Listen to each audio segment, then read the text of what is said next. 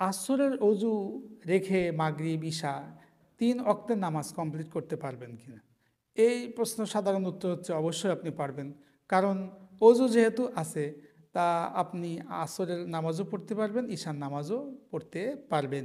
তবে এক্ষেত্রে আপনাকে অবশ্যই ২ টা বিষয় লক্ষ্য করতে হবে।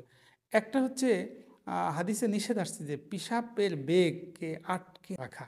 অনেকে শীতের মৌসুমে এই ভয়তে অজুটা নষ্ট করতে চান না যে আবার ঠান্ডা পানি দিয়ে অজু করব, ওই পিশাবের বেগ নিয়েই সে সালাত আদায় করে, এর মধ্যে মাকরু হয়ে যায়, অর্থাৎ তার সালাতের শক্তি স্পিরিটটাকে দমিয়ে দেয়। সুতরাং এই অজু দিয়েই আমাকে মাগরিব পড়তে হবে, ইশা পড়তে হবে, এই সেন্স নিয়ে যারা অজুটাকে রাখতে চান আর রাখার ফলে যদি ওই ক্ষতিটা করে ফেলেন, তাহলে কিন্তু লাভের চাইতে ক্ষতিটা বেশি হয়ে যাবে।